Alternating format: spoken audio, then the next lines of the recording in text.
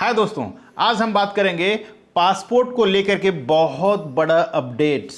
जी हाँ, अगर आप एक इंडियन सिटीजन हैं, इंडिया का नागरिकता है आपके पास, तो पासपोर्ट का क्या इम्पोर्टेंस है और क्या नया अपडेट्स है, आज के वीडियो में हम तमाम जानकारी को विस्तार से जानेंगे। नमस्कार, मैं हूं अशोक कुमार साहू, करियर कोच, और आप देख रहे हैं Lavanya global career planner YouTube channel. अगर आप पहले बार चैनल पे आए हैं तो इसी तरह का इन्फॉर्मेटिव वीडियो देखने के लिए दोस्तों चैनल को कर लीजिए सब्सक्राइब, साथ ही बेल आइकन को ऑन करके नोटिफिकेशन बटन को ऑन रखें, क्योंकि जब भी मैं इसी तरह का नया वीडियो अपलोड करूं आपके पास सबसे पहले पहुंचे। शुरू करते हैं।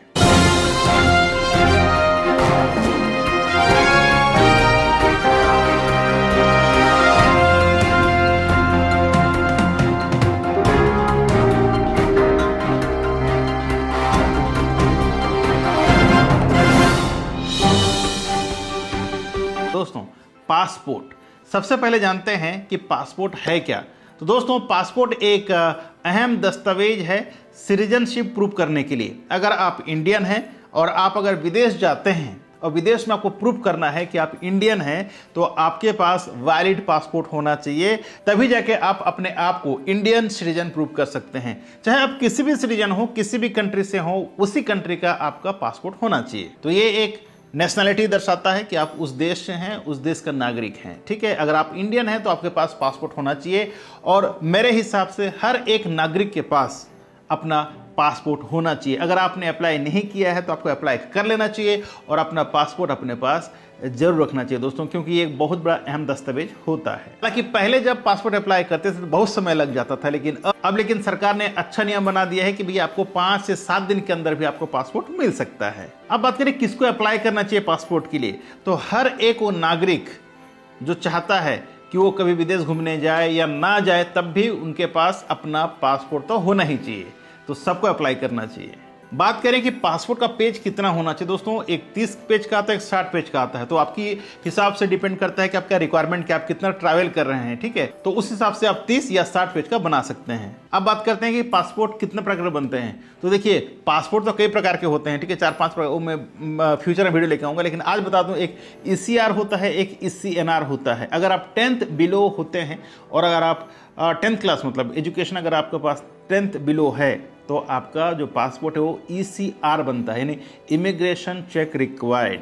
अगर आप 10th पास हैं, सर्टिफिकेट आप दिखाते हैं, तो आप ECNR पासपोर्ट बनता है, यानी इमिग्रेशन चेक नॉट रिक्वायर्ड। तो ये 2 तरह का डिफरेंस होता है आपका पासपोर्ट में। अब हम जो रियल सिनारियो है इसके बारे में बात करेंगे कि भाई क्या अपडेट्स है। देखिए, बता दूं, कई लोग पासपोर्ट इसलिए बनाते हैं कि उनको विदेश में जॉब करने जाना है या पढ़ाई करने जाना है। तो आज हम बात करेंगे कि जो बंदे नौकरी के लिए बाहर जाते हैं तो क्या क्या चीज़ें ध्यान रखना चाहिए दोस्तों। जैसे कि अगर आप गल्फ जाते हैं तो गल्फ में आप देखे होंगे कि आपका पासपोर्ट को आपका एम्प्लॉयर रख लेता है। वो इसलिए रखता है क्योंकि वो सोचता है अगर कल कुछ प्रॉब्लम हो तो आप भाग ना जाएं इंडिया वापस। ठीक है, वो डर से वो पासपोर्ट आपके पास रख लेता है। हालांकि बहुत सारी जो कंपनीज है दोस्तों, वो खुद के खर्चे से एम्प्लॉयज़ को हायर करते हैं। ठीक है, और जब आप उनके पास काम करने जाते हैं तो उनके मन में ये डर रहता है कि कहीं अगर कुछ गड़बड़ कुछ होता है आपके साथ, आप फ्रेंड के साथ झगड़ा कर लिए या कुछ ना कुछ गलती हो गया आपसे, तो डर के मारे आप पासपोर्ट लेके ना भाग जाएं इंडिया। अगर ऐसा होता है तो कंपनी को बहुत ज़्यादा नुकसान होता है। यही वजह है कि बहुत सारे कंपनी जो हैं पासपोर्ट रख लेते हैं। हालांकि ये इलीगल है as per government rule gulf का, कि आप किसी का पासपोर्ट नहीं रख सकते। ठीक है, आपका वो नेशनैलिटी है, आपका वो बहुत बड़ा डॉक्यूमेंट या दस्तावेज है, वो डॉक्यूमेंट आपके पास ही होना चाहिए।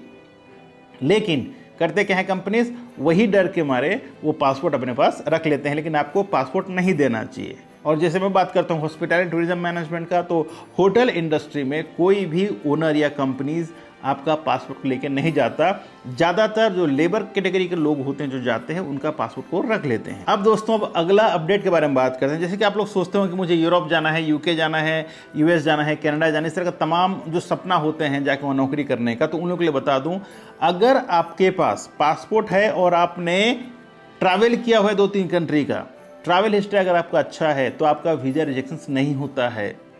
वीज़ा रिजेक्शन का चांस कम हो जाता है। लेकिन अगर आपने कभी ट्रैवल नहीं किया है और अचानक से आप सोचते हैं कि मुझे यूके जाना है, यूएस जाना है, कनाडा जाना है, ऑस्ट्रेलिया जाना है, यूरोप जाना है, तो इसमें कहीं ना कहीं आपका वीज़ा रिजेक्शंस होने का चांस बढ़ जाता है। ठीक है, तो कोशिश करें जैसे आपके पास पासपोर्ट आता है तो आप कहीं ना कहीं छुट्टी में ट्रैवल करना चालू कर दें। 1-2 कंट्री का ट्रैवल करते हैं और बाद में आप चाहते हैं कि आप यूके जाना है, यूएस जाना है, तो आसानी हो जाती है वीज़ा अप्रूवल होने में। इनफैक्ट मैं सभी से कहना चाहूँगा जो भी पासपोर्ट बनवाते हैं, ठीक है, और उनका सपना होता है कि मैं बड़ा कंट्री में जाके जॉब करूं, तो पहले क्या करें, ट्रैवल हिस्ट्री अपना जरूर ठीक कर लें।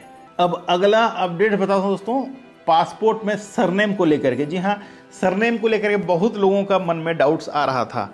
ठीक है, तो देखिए सरनेम का प्रॉब्लम सिर्फ दुबई के लिए हुआ था, दूसरा कंट्री के लिए बिल्कुल भी नहीं है।